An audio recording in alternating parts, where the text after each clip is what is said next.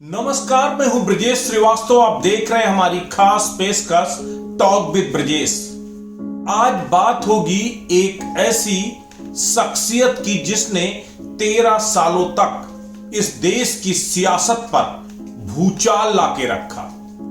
13 सालों तक इस देश के एक एक ब्यूरोक्रेट्स, एक एक राजनेता, एक एक अफसरशाह की सांसें थमती रहीं कि आखिर कब उसका नंबर आने वाला है, कब एक रिकॉर्डिंग उसका खेल खत्म करने जा रही है। न जाने कितने बड़े बड़े उद्योगपति ऐसे थे जिनकी रातों की नींदें छिन गई थी, जिनके दिन का चैन छिन गया था। कई पत्रकार ऐसे जिनका करियर खत्म हो गया। हम बात कर रहे हैं 2008-9 के राडिया टेपिंग मामले की। नीरा राडिया एक ऐसी कॉरपोरेट लॉबिस्ट जिसके 8000 से ज्यादा फोन टेपिंग के मामले सार्वजनिक हुए, सामने आए, और उसके बाद ना जाने कितने अफसरशाहों के उसमें नाम आए, ना जाने कितने मंत्रियों के उसमें नाम आए, ना जाने कितने पत्रकारों के साथ नीरा राडिया की रिकॉर्डिंग्स मिली। सीबीआई 13 सालों तक इस पूरे मामलों की जांच करती रही और आखिरकार 13 साल बाद सीबीआई ने यह मान लिया कि जो टेप थे उन टेप में ऐसा कुछ भी गलत नहीं था जिससे नीरा राडिया या फिर दूसरे लोगों के खिलाफ मुकदमे चलाए जा सके।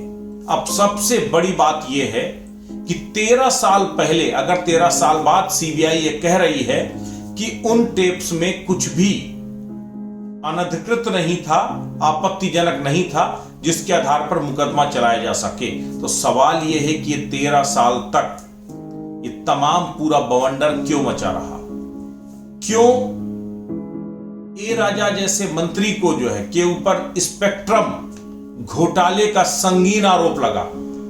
कांग्रेस की सरकार अगर सत्ता से बाहर हुई तो उसमें बड़ी भूमिका कहीं ना कहीं नीरा राडिया टेप कांड की थी। कई पत्रकारों को अपनी नौकरी गंवानी पड़ी क्योंकि उनके नाम भी नीरा राडिया के साथ लॉबिंग मामले में जुड़ गए थे। अब सवाल यह है कि आखिर ये कौन थी नीरा राडिया और कैसे एक महिला ने पूरे देश की सियासत को, एक तरह से अगर देखा जाए तो पूरे देश की सियासत में न सिर्फ भूचाल ला दिया बल्कि पूरे देश के सिस्टम को हिलाकर रख दिया। नीरा राडिया केन्या में जन्मी नीरा राडिया ब्रिटेन में रहने वाली एक ट्रैवल एजेंसी का कारोबार से उसने अपना करियर शुरू किया और उसके बाद एविएशन सेगमेंट पर उसने अपने आप को इंट्रोड्यूस किया। हिंदुस्तान में जब आई तो सस्ती और अफोर्डेबल एविएशन पॉलिसी थी, उसके तहत यहां पर जो है छोटी डोमेस्टिक फ्लाइट्स को बढ़ाने के लिए कंपनियों के साथ उसने जो है काम करना शुरू किया और उसी के साथ धीमे धीमे पहले उसने सरकार में एंट्री की। उस समय तत्कालीन अटल बिहारी वाजपेयी की सरकार में अनंत कुमार थे जो कर्नाटका से आते थे, एविएशन मिनिस्टर थे। उनके साथ भी नीरा राडिया का जो टेप कांड था उसके कई ऑडियो उस वक्त के जो है इनकम टैक्स डिपार्टमेंट ने कैप्चर किए थे। इसके साथ ही अगर देखा जाए तो यूपीएस 2 सरकार में ए राजा जो डीएमके के नेता थे, ए राजा की भी कई रिकॉर्डिंग नीरा राडिया के साथ पाई गई। उसमें स्पेक्ट्रम की बोली से लेकर के टेलीकॉम मिनिस्ट्री दिलाने तक की जो लाइनिंग थी, जो डील थी, वो नीरा राडिया करती हुई पाई गई। और तो और बड़े बड़े देश के नामी उद्यमी जिसमें रतन टाटा, इसके साथ ही रिलायंस इंडस्ट्री, तो एक तरह से टाटा और अंबानी दोनों को जो है पीआर एजेंसी के तौर पर दोनों के काम करती थी नीरा राडिया। तो कुल मिलाकर अगर देखा जाए तो जिस तरीके से पीआर एजेंसी के तौर पर हिंदुस्तान में दस्तक देती है नीरा राडिया, और देखते ही देखते एक एक ब्यूरोक्रेट्स, एक एक अधिकारी, एक एक पत्रकार, एक एक अफसरशाह, हर किसी के लिए नीरा राडिया सबसे अहम बन जाती है, सबकी मुरीद बन जाती है। और सबसे बड़ी बात यह कि नीरा राडिया के एक इशारे पर देश की प्रशासनिक मशीनरी हो, सरकारी मशीनरी हो या सियासत में बैठे हुए तमाम लोग उसके एक इशारे पर कुछ भी कर गुजरने को तैयार होते थे। तो वो थी नीरा राडिया, जिसका नाम बाद में पनामा पेपर लीक मामले में भी आया। सबसे बड़ी बात यह है कि 2008-9 में 8000 call recording income tax department ने लगभग 180 दिनों तक नीरा राडिया की कॉल रिकॉर्डिंग को इनकम टैक्स डिपार्टमेंट ने कैप्चर किया, क्योंकि लगातार जो फाइनेंस मिनिस्टर थे 2008-9 में, उनको शिकायत मिली थी कि महज कम समय में 300 करोड़ से ऊपर का कारोबार कर चुकी है नीरा राडिया। और उसके बाद इनकम टैक्स डिपार्टमेंट को नीरा राडिया पर नजर रखने के निर्देश दिए गए, उसके टेलीफोन्स को टेप करने के निर्देश दिए गए। और आखिरकार 180 दिनों की फोन टेपिंग के बाद इनकम टैक्स डिपार्टमेंट ने 8000 से ज्यादा नंबरों, 8000 से ज्यादा कॉल रिकॉर्डिंग कलेक्ट की थी। और उसमें एक से एक बड़े बड़े दिग्गजों के नाम थे। अगर नीरा राडिया के साथ जुड़े हुए इस पूरे मामले को देखा जाए तो जो सबसे पहले 2010 में ओपन मैगजीन ने अपनी कवर स्टोरी एक प्रकाशित की थी, जिसका उसने नाम दिया था द एक्स टेप।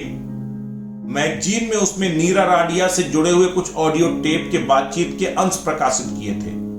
उसके तुरंत बाद आउटलुक पत्रिका थी, उसने भी कुछ ऑडियो प्रकाशित किए थे। और उसके बाद अचानक जो सियासी जगत में भूचाल आ गया, क्योंकि सबसे बड़ी बात यह है कि इस पूरे ऑडियो में डीएमके के ए राजा कनिमोझी से लेकर अटल बिहारी वाजपेयी के दामाद रंजन भट्टाचार्य तक की बातचीत के उसमें अंश थे जो है।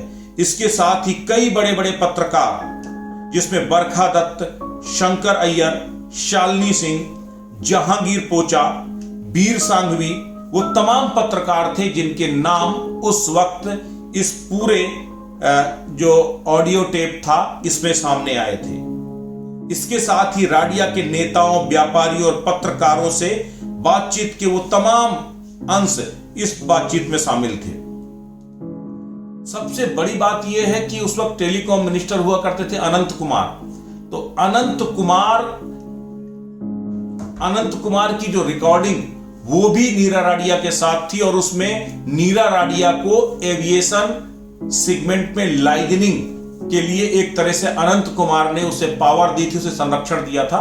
ये भी वो तमाम आरोप लगे। तो कुल मिलाकर के अगर देखा जाए तो 2008 से लेकर के 2011 यानी 3 साल ऐसे थे जो इस देश की सियासत में नीरा राडिया इस कदर छाई रही। और केवल 2011 तक ही नहीं, उसके बाद सीबीआई ने इस पर जांच किया, एसएफआईओ ने इस पर जांच किया, ईडी ने इसको लेकर के इन्वेस्टिगेशन किया। वो तमाम देश की सर्वोच्च जांच एजेंसियों ने इस पर अपनी अपनी जांच की। और आखिरकार 13 साल बाद अब सुप्रीम कोर्ट में सीबीआई की तरफ से यह कहा गया है कि दरअसल नीरा राडिया के वो तमाम टेप्स को खंगालने के बाद सीबीआई इस नतीजे पर पहुंची है कि उसे उन ऑडियो में कुछ भी आपत्तिजनक नहीं मिला है। अगर उस वक्त यही अगर 13 साल पहले खुलासा हो गया होता तो शायद न इस देश की सियासत में भूचाल आता, न इस देश में तमाम लोगों के करियर खत्म होते, और न ही शायद कांग्रेस को सत्ता से बाहर जाना पड़ता।